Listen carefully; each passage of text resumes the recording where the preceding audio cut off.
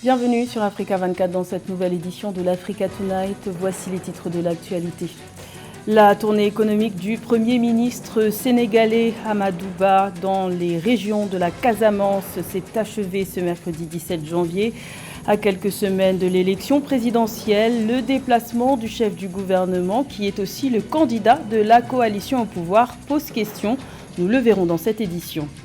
Le Soudan est entré dans son 9e mois de conflit armé. Les efforts de médiation pour mettre fin à cette guerre de pouvoir entre généraux n'ont jusqu'ici pas abouti. Le général Al-Bourhan, chef de l'armée régulière, refuse de participer au prochain sommet de la paix de l'IGAD. Et l'industrie du textile reprend des couleurs en Tunisie. La balance commerciale du secteur du textile et de l'habillement a connu une amélioration de plus de 12 points en un an, une performance qui lui permet de dépasser les résultats d'avant-pandémie Covid-19. Mais tout d'abord, premier remaniement gouvernemental au Gabon. L'équipe mise en place en septembre dernier a été modifiée ce mercredi 17 janvier avec un changement majeur, l'entrée de l'opposant Alexandre Barrot-Chambrier dans le gouvernement de transition. Le leader du parti Rassemblement, Héritage et Modernité a été promu au poste de vice-premier ministre en charge de la planification et de la prospective. Également dans l'actualité au Sénégal, fin de polémique autour de la double nationalité de Karim Wade. Le fils de l'ancien président Abdoulaye Wade, né en France d'un père sénégalais et d'une mère française, a vu sa renonciation à la nationalité française être confirmée au journal officiel de la France. Rappelons que cette polémique l'empêchait de se présenter à l'élection présidentielle car la loi électorale sénégalaise interdit que les candidats possèdent une double nationalité.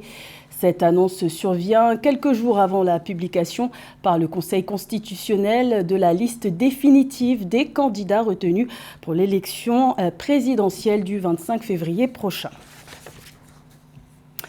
Le Premier ministre sénégalais Amadou Ba fait partie des candidats dont le dossier a été validé par le Conseil des sages pour la présidentielle. Il portera les couleurs de la coalition au pouvoir Benno Bokk Yakaar et c'est justement ce qui a posé question lors de sa tournée économique effectuée du 14 au 17 janvier dans le sud du Sénégal. Certains acteurs politiques ont assimilé ce périple à une pré-campagne électorale déguisée. Les explications de Philomène Tine.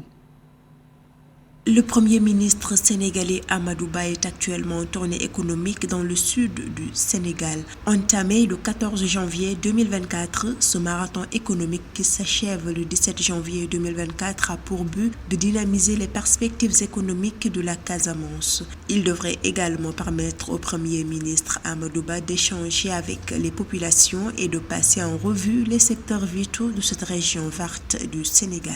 C'est une tradition sénégale que les premiers ministres, surtout le président de la République, procèdent à ce genre d'activité sur le terrain qu'ils appellent l'activité des tournées économiques. C'est économique dans le sens où ça permet de rencontrer les principaux acteurs du terrain, ça permet de voir de visu ce qui se passe au niveau du terrain, de procéder à des inaugurations. Et le fait qu'il soit Premier ministre lui permet d'aller sur le terrain, ce que les autres acteurs politiques ne peuvent pas faire. Le 16 janvier 2024, le Premier ministre Amadou Ba a visité les départements de Ziguinchor et Bignona. Dans cette partie sud du pays, le chef du gouvernement sénégalais va procéder à l'inauguration de plusieurs infrastructures, notamment routières. Il a également échangé avec les hommes politiques et religieux sur diverses questions d'intérêt public. Ce que le Premier ministre appelle une tournée économique n'est rien d'autre qu'une campagne électorale déguisée, avec un choix d'un terrain bien déterminé. Ce qu'il faut aussi noter à ce niveau, c'est la rupture d'égalité par rapport aux autres candidats, parce que nous sommes dans ce qu'on appelle le temps de la pré-campagne. Et en temps de pré-campagne, aucune activité politique n'est autorisée pour les candidats déjà sélectionnés. Au Sénégal, 21 candidats ont franchi la première étape de validation de leur candidature à la présidentielle du 25 février 2024 avec l'acceptation de leur parrainage par le Conseil constitutionnel. Selon certains observateurs, la tournée économique du Premier ministre Amadou Ba permet aux candidats de la coalition du pouvoir Benno Bokk Yakaar de baliser le terrain en vue du scrutin du 25 février 2024. Un retard est-il à craindre dans le chronogramme de la transition en Guinée? C'est ce que redoutent certains acteurs politiques à 11 mois de la fin de la transition censée s'achever fin 2024. Ces derniers dénoncent une lenteur dans l'exécution du calendrier électoral malgré le dialogue initié par le gouvernement de transition. Le point avec Nabil Kamara. Depuis sa mise en place il y a plus d'1 an, les résolutions du cadre de dialogue liées à l'exécution des 10 points inscrits au chronogramme de la transition peinent à être intégrées par le gouvernement. Le diagnostic posé par les membres de la convergence des acteurs sociopolitiques relève un retard dans la mise en œuvre des 10 points nécessaires pour sortir de la transition. Des retards qui pourraient impacter sur le calendrier électoral prévu pour être bouclé fin 2024.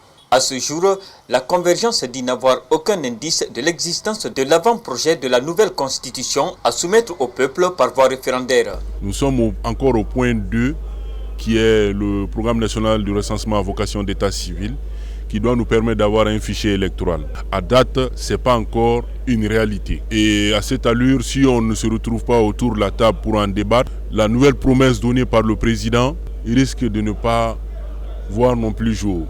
Je pense que toutes ces phases-là sont importantes et suffisantes pour qu'aujourd'hui, en tout cas la première mouture de la nouvelle constitution soit disponible. Nous voyons qu'il y a une nonchalance, en tout cas de ce côté, en ce qui concerne l'élaboration de la nouvelle constitution. Sur les 10 points du chronogramme étalés sur plusieurs départements, il y en a dont les niveaux d'exécution sont faibles, indiquent les membres de la convergence sociopolitique. Ces acteurs dénoncent aussi que la conduite du cadre de dialogue inclusif soit confiée au département de l'administration du territoire. Quand vous prenez les 10 points du chronogramme, c'est le ministère de l'administration qui a la charge d'implémenter ces points. Et nous nous sommes rendus compte que déjà les tâches qui ont été assignées à ce département, ils ne sont pas en mesure de nous satisfaire pour le retour à l'ordre constitutionnel. Donc nous disons que ça va être une équation de trop en les confiant la gestion quotidienne du cadre du dialogue.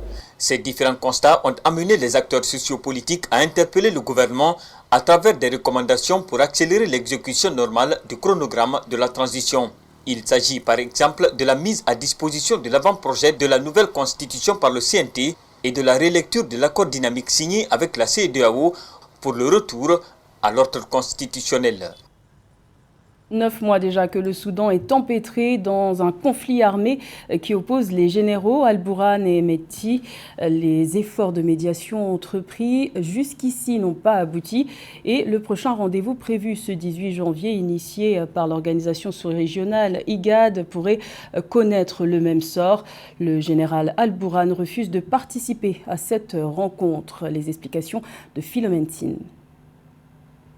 Alors que les hostilités ont éclaté depuis le 15 avril 2023 au Soudan entre les forces armées soudanaises dirigées par le général Abdel Fattah al-Bourhan et les forces de soutien rapide du général Mohamed Hamdan Daglo, le conflit au Soudan s'enlise avec la suspension des contacts entre le Soudan et le groupe de médiation de l'autorité intergouvernementale pour le développement IGAD. C'est ce qu'a fait savoir le ministère soudanais des Affaires étrangères, loyal à l'armée du général Abdel Fattah al-Bourhan mardi 16 janvier 2024. Ceci alors que l'IGAD a annoncé la tenue d'un sommet extraordinaire jeudi 18 janvier 2024 pour tenter de mettre fin à ce conflit. L'impact immédiat de cette décision de Al-Bourhan de ne pas participer aux réunions de l'IGAD sera que Hamdan sera en position de force dans les négociations. Il est déjà vu comme celui qui veut ramener son pays vers la paix, alors qu'on n'oublie pas que depuis 2019, il est à l'origine de beaucoup de tueries. Selon Khartoum, ce qui se passe au Soudan est une question interne et que sa réponse aux initiatives régionales ne signifie pas renoncer à son droit souverain de résoudre un problème soudanais en tant que Soudanais. En partant en position de force avec l'estime de ses pairs qui l'ont reçu en grande pompe et avec la caution de l'ancien Premier ministre dans sa plateforme, Hamdan pourra se positionner en homme fort du Soudan avec l'aide des partenaires et surtout de certains des Émirats arabes unis qui soutiennent sa démarche et qui, on l'aurait entendu, lui fournissent même des éléments de langage afin d'avoir la posture d'un homme d'État. L'autorité intergouvernementale pour le développement est un groupement qui associe 7 pays d'Afrique de l'Est. Cette autorité régionale tentait de mettre en place une médiation entre l'armée et la force paramilitaire engagée depuis des mois dans le conflit meurtrier au Soudan. Depuis le début de cette guerre, le 15 avril 2023, plus de 7,3 millions de Soudanais ont fui leur pays. Des importations en repli face à des exportations en hausse en Tunisie. La balance commerciale du secteur du textile et de l'habillement a connu une amélioration de plus de 12 points en un an. Une performance qui illustre l'importance du secteur du textile dans l'économie tunisienne. Ce secteur représente environ 20% du produit intérieur brut industriel. Les précisions de Catherine Gobet. Selon les données de décembre 2023 du ministère de l'Industrie, des Mines et de l'Énergie, le secteur tunisien du textile et de l'habillement a réalisé des performances exceptionnelles au cours des 11 premiers mois de l'année 2023. Les exportations ont enregistré une croissance significative de 7% en dinars, atteignant un total impressionnant de 8 864 millions de dinars pour une balance commerciale en hausse de 12,5 points par rapport à 2021, passant de 116,5% à 129,1%. Ces chiffres qui dépassent ceux d'avant la pandémie de Covid-19 témoignent de la résilience et de la vitalité du secteur et de la volonté du gouvernement de le dynamiser en 2024. This sector creates jobs, attracts foreign investment. Ce secteur crée des emplois, attire les investissements étrangers et dynamise le secteur des exportations. C'est le deuxième secteur d'exportation avec environ 20% des industries manufacturières, avec 30% du tissu industriel, avec quelques 1500 entreprises opérationnelles et 30% de la main-d'œuvre totale et des entreprises manufacturières qui représentent 152 000 emplois. La Tunisie se positionne comme un acteur majeur sur la scène internationale du textile et de la mode, en capitalisant sur la qualité de sa production et son adaptabilité aux demandes du marché mondial. Selon les données du Centre technique du textile CETEX, 83% de ces entreprises tunisiennes exportent tout ou une partie de leurs produits.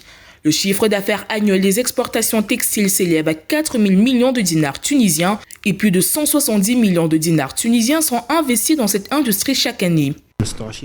La Tunisie vise à créer plus de 50 000 emplois dans le secteur de l'habillement et du textile d'ici 2026.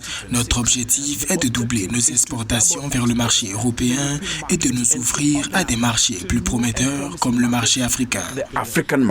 Le secteur tunisien du textile et de l'habillement s'impose comme l'une des principales industries du pays, jouant un rôle vital dans l'économie tunisienne. Après l'agriculture, l'industrie textile est un contributeur majeur représentant 22% des exportations tunisiennes. De plus, dans le secteur industriel, 42% de la création totale d'emplois peut être attribuée à l'industrie textile.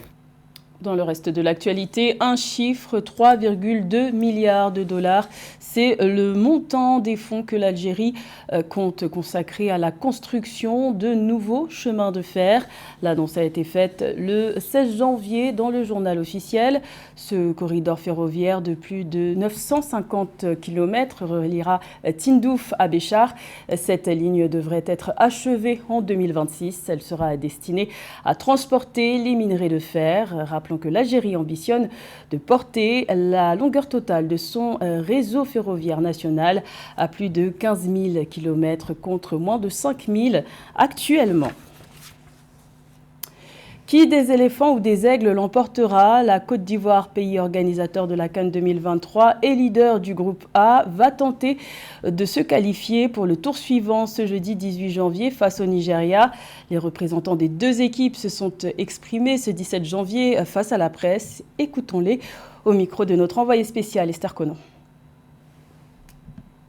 Face à la presse le 17 janvier 2023, veille de match Côte d'Ivoire-Nigeria comptant pour la deuxième journée de la Coupe d'Afrique des Nations de football dans la poule A, l'attaquant Max Gradel a indiqué que les éléphants sont confiants pour remporter le match.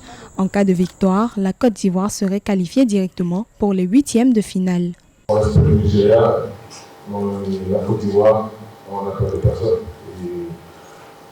On va faire ce qu'on a à faire contre le Nigeria et on a confiance en nos qualités et on fera le maximum. Le Nigeria a fait match nul 1-1 face à la Guinée équatoriale lors de la première journée. Les Super Eagles ne comptent qu'un point et veulent se relancer dans la compétition. Le duel contre la Côte d'Ivoire, leader du groupe A avec 3 points, est une mini-finale pour le Nigeria. La Côte d'Ivoire est le pays organisateur.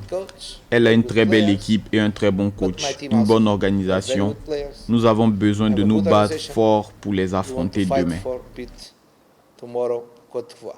La dernière confrontation entre la Côte d'Ivoire et le Nigeria en Coupe d'Afrique des Nations avait eu lieu en 2013 en Afrique du Sud.